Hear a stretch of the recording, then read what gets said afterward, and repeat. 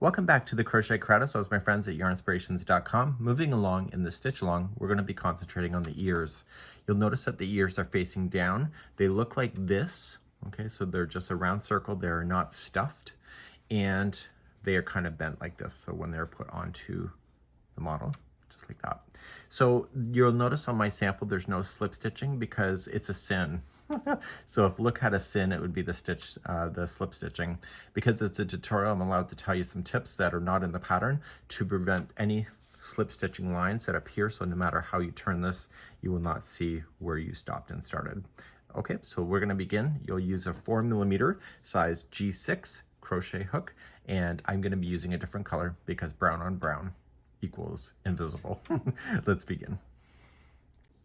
So we're moving on to page 2 that you see right here with the ears. You're going to check it off your list. Grab a spare piece of yarn so you have that, because we're not going to slip stitch today, even though it tells you to do that. We're not crazy, right? So let's begin. Now it says with MC, that's main color, but I want you to create what is called this magic ring. So use 2 fingers and put the yarn in front of your 2 fingers like this. So we have tutorials for magic rings if you need it. And then just come over and then cross over the back like this. Okay, so just in front of your 2 fingers, coming across like that. So you want it to cross over the top.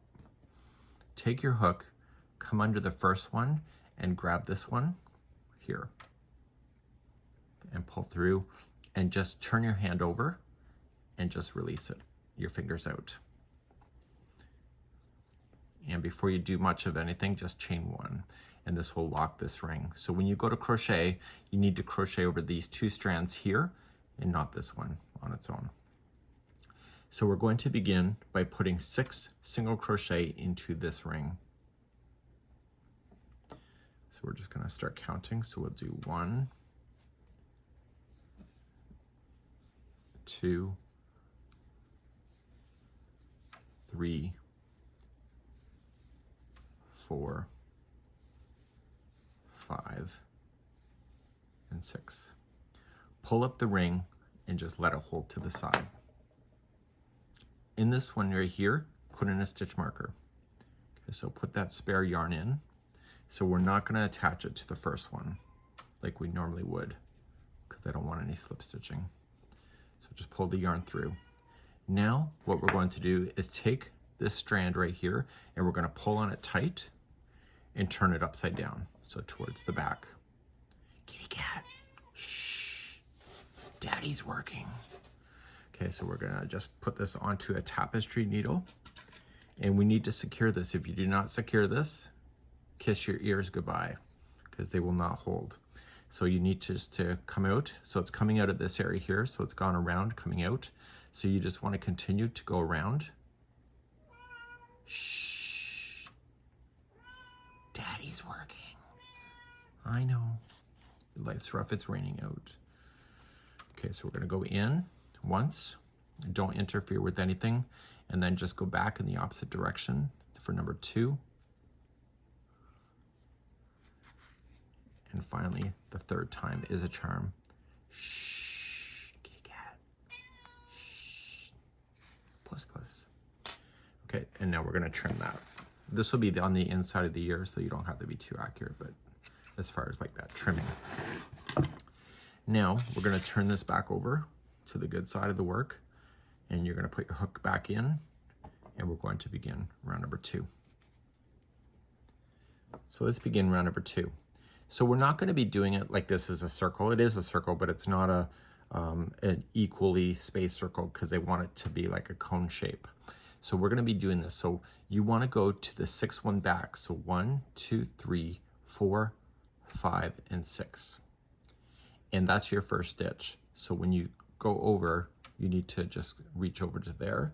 And we're going to single crochet into that one. So the pattern says that we're chaining 1. I don't want you to, because we're doing it differently, so you don't get a slip stitch. So you're going to single crochet that one. And then in the next one, you're going to put 2 single crochets in. 1 and 2.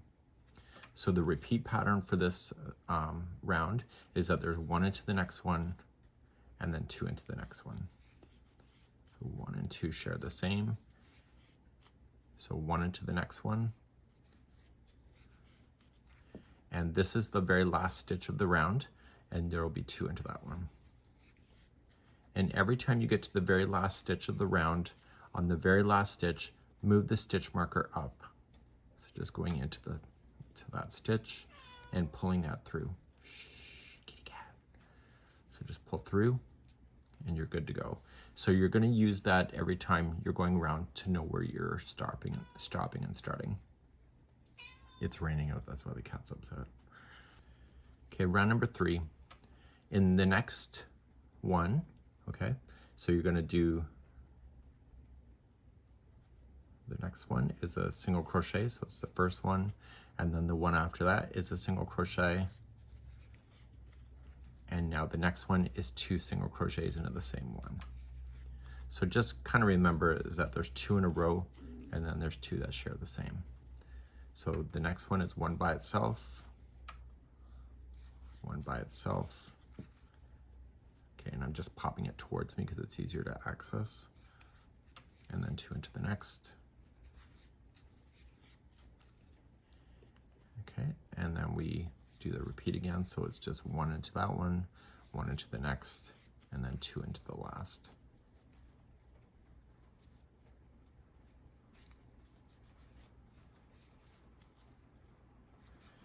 And every time you're on the very last stitch, pull that stitch marker through so you can see it every time, and then you're going to move on. So going ahead in this tutorial, I'm just going to give you what the stitch multiple is, and I expect you to move the stitch marker on your own. Let's move on to round number 4. Round number 4, we're going to do the first 3 as by itself. So we have 1, 2, and 3, and then 2 into the next. Okay, so your repeat is 3 by itself, and then 2 in the next, and you'll do that all the way around, and I'll see you at the end of the round, and make sure you move out that stitch marker. Round number 5, the first 4 are by itself. We have 1, 2, 3, and 4, and then 2 into the next. So 1 and 2. Please repeat that all the way around for round number 5. Okay, round number 6. You're going to do the first 5 by itself. So we have 1, 2, 3, 4, and 5. I don't know if you hear the torrential rain, but there's 2 into the next. So 5 by itself and 2 into the next, and do that around for round number 6. Okay, round number 7. The first 6 are by itself, so we have 1, 2, 3, 4, 5, and 6, and then 2 into the next. So that's your repeat, so 6 by itself and 2 into the next. Do that around for round number 7. Round number 8, the first 7 are by itself. 1, 2, 3, 4, 5, 6, and 7, and then 2 into the next.